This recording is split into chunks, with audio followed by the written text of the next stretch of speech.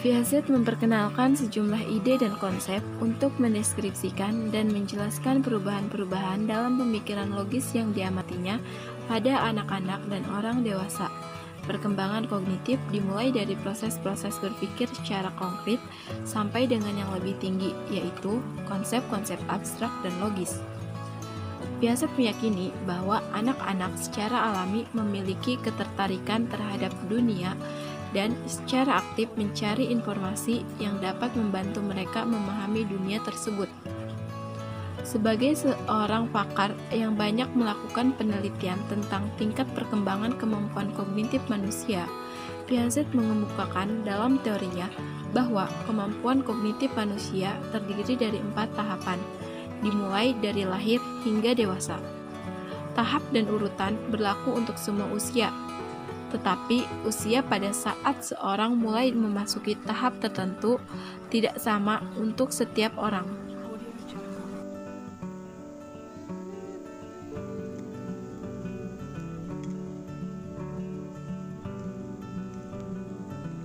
Assalamualaikum warahmatullahi wabarakatuh. Hai teman-teman, perkenalkan nama saya Melinda Depinsari, mahasiswi dari Fakultas Psikologi UHAMKA. Pada kesempatan kali ini kita akan membahas tentang perkembangan teori Piaget. Nah, pada perkembangan teori Piaget ini terdapat 4 tahap. Tahap yang pertama yaitu tahap sensori motor. Lalu tahap yang kedua ada tahap praoperasi. Yang ketiga ada tahap operasi konkret, dan yang keempat ada tahap operasi formal. Nah, untuk tahapan yang pertama yaitu ada tahapan sensori motor. Tahapan sensori motor ini pada usia 0 sampai 2 tahun. Anak-anak mulai memahami lingkungan dengan penglihatan dan pendengaran, yang dimana pada tahap sensori motor ini ada beberapa tahapan.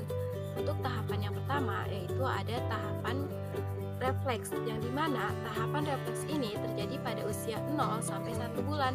Nah, pada usia 0 sampai 1 bulan ini anak-anak mulai refleks dalam menggenggam dan menghisap jarinya.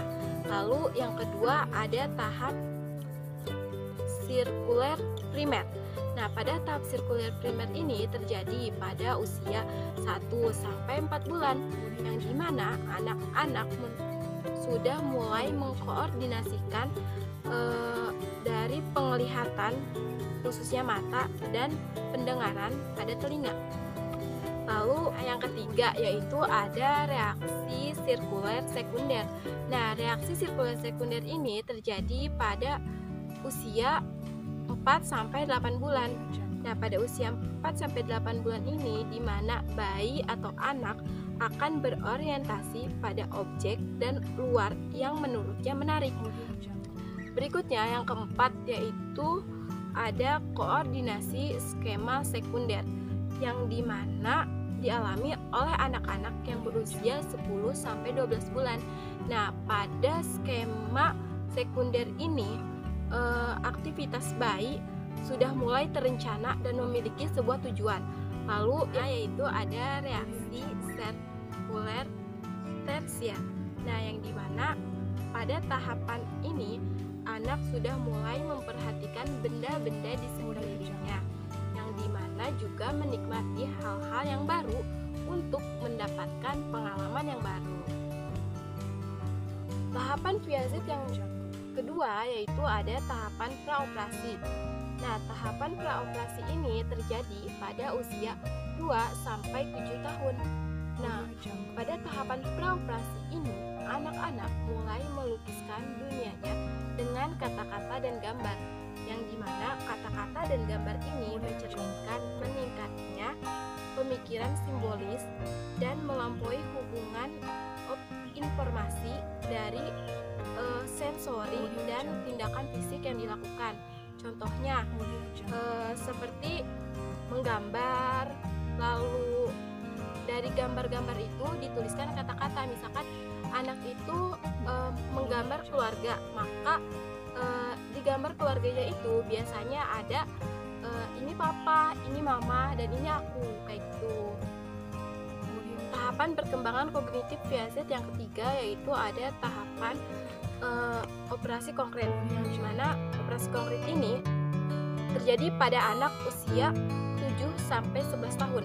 Nah, pada anak usia 7-11 tahun ini sudah mulai bisa berpikir secara logis mengenai peristiwa-peristiwa yang terjadi, yang dimana anak-anak sudah menghasilkan sesuatu hal yang konkret atau nyata dan dapat mengklasifikasikan objek-objek yang berbeda ke dalam bentuk-bentuk yang ada.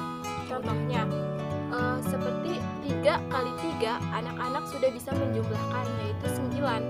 Lalu anak-anak sudah bisa membedakan yang mana pulpen, yang mana pensil. Seperti itu. Pada tahap perkembangan kognitif Piaget yang keempat, yaitu ada tahap operasi formal, yang dimana pada tahap operasi ini terjadi pada usia 11 sampai dengan dewasa. Nah, pada operasi ini remaja sudah bisa berpikir dan bernalar secara lebih idealis, abstrak, dan logis. Contohnya yaitu seperti anak-anak sudah bisa menyelesaikan permasalahan aljabar.